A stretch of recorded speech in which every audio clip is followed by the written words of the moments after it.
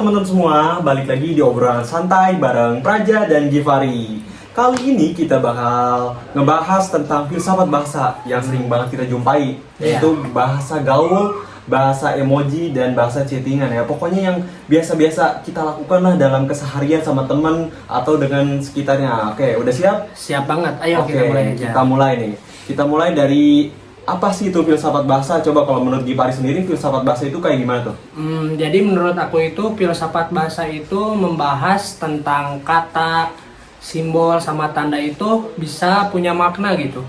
Dan juga kebiasaan, konteks, ataupun niat yang bisa bikin si makna dari kata itu bisa berubah-ubah gitu. Menurut aku gitu. Oke. Nah, Praja tadi paham gak sama apa yang aku jelasin tentang filsafat bahasa? Lumayan paham. Nah, sekarang aku mau tanya nih ke Praja soal emoji. Apa sih itu emoji? Emoji itu cuman gambar lucu doang atau udah bisa masuk ke suatu bahasa gitu? Kalau menurut aku sih ya, emoji itu belum bisa disebut bahasa sepenuhnya. Karena kan emoji itu masih bersifat ambiguitas gitu. Kita jadi bisa menyampaikan kata-kata yang nggak bisa diucapkan itu pakai emoji gitu. Ya kayak misalnya kita mau kata-kata kalau kita tuh perasaan kita tuh lagi sedih gitu tentang perasaan. Nah, tapi dengan emoji menangis doang orang bisa langsung mengerti gitu. Dan kenapa emoji bisa disebut sebagai belum sepenuhnya bahasa? Ya karena emoji itu hanya sekedar gambar visual. Itu hanya memperlihatkan perasaan kita gitu. Nah, jadi emoji ini mendukung kayak bumbu gitu, bumbu dalam makanan, bisa memberikan pesan, maksud, yang bisa sarkas juga bisa pakai emoji sarkas, nah gitu di bahasa gaul gini. Nah, begitulah kalau menurut aku. Jadi belum sepenuhnya bahasa lah. Oke. Ya, pokoknya gitu. Jadi belum sepenuhnya bahasa. Nah, tapi kan kalau pakai emoji, coba kamu berikan contohnya dong kalau emoji dan kata coba. Oke. Kalau dari aku itu contohnya itu kata oke gitu. Kan kalau misalnya kita ngirim oke tanpa nambahin emoji itu kesannya kayak apa? Kayak dingin gitu, kayak kaku gitu. Oh, jadi susah ketebak gitu ya? Iya.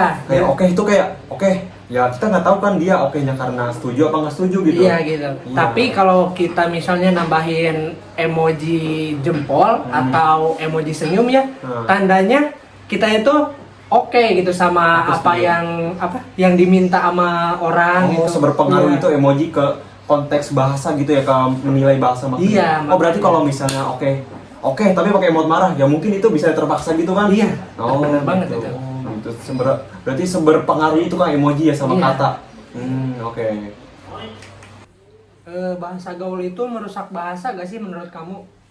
Ya kalau menurut aku sih enggak juga, nggak setuju kalau bahasa gaul itu dianggap merusak bahasa. Soalnya itu bahasa gaul itu kayak kita mengungkapkan ekspresi kita lah. Bahasa gaul itu sebagai ekspresi kita supaya kita bisa berinteraksi dengan orang dengan nyaman gitu.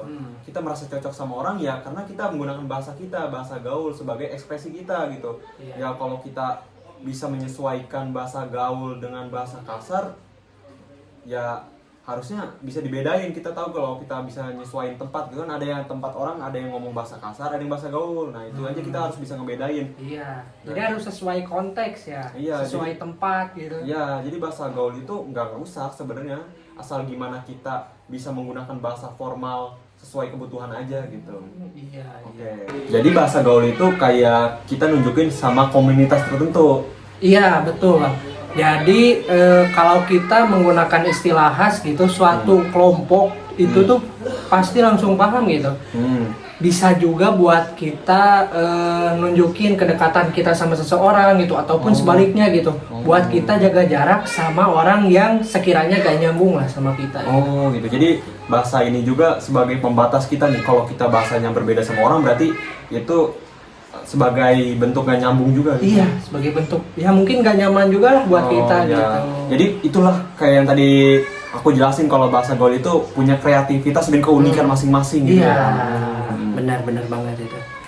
Sekarang aku mau nanya nih, emoji sama bahasa gaul itu kan bikin pesan itu jadi ambigu tuh. Menurut kamu itu jadi masalah gak sih? Ya tergantung konteksnya. Jadi ambiguitas itu kadang malah bikin suasana jadi hidup gitu. Iya. Tapi kita harus memperhatikan lawan bicara kita nih, di mana kita bicara di media atau secara langsung, ataupun kita bicara sama orang siapa di mana, dan pokoknya kita kenal nggak nih sama orang itu. Ya kalau orang yang nggak kenal mungkin ambigu kita bakal disangka fitnah, mungkin bisa kita ngomong nih ambigu, orang yang nggak kenal sama kita mungkin bisa jadi orang salah prasangka gitu. Nah, iya, coba iya. kalau ambigunya sama orang dekat kayak teman, wah pasti paham, wah ini pasti jokes gitu. Pasti ketawa ya. Pasti jadi Ketawa, lucu gitu. iya. Bisa jadi sarkastik, bisa jadi ngelawak, bisa juga serius, ya gitulah Bener, pokoknya. bener. Tergantung konteks aja gitu pokoknya. Siapa lawan bicara kita gitu, dan Iya. di mana kita berbicara gitu aja. Jadi intinya tuh menyesuaikan aja ya gitu Nah, ya. dia menyesuaikan. Oke.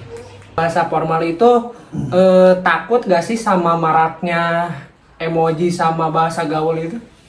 Sebenarnya nggak perlu takut sih. Kita belajar bahasa formal di dalam lingkup emoji ataupun bahasa gaul, ya kalau kita bisa membedakan tempat dan konteksnya gimana, justru kita hebat. Bisa melihat ekspresi diri kita gitu, memperlihatkan ekspresi diri gitu. Yeah.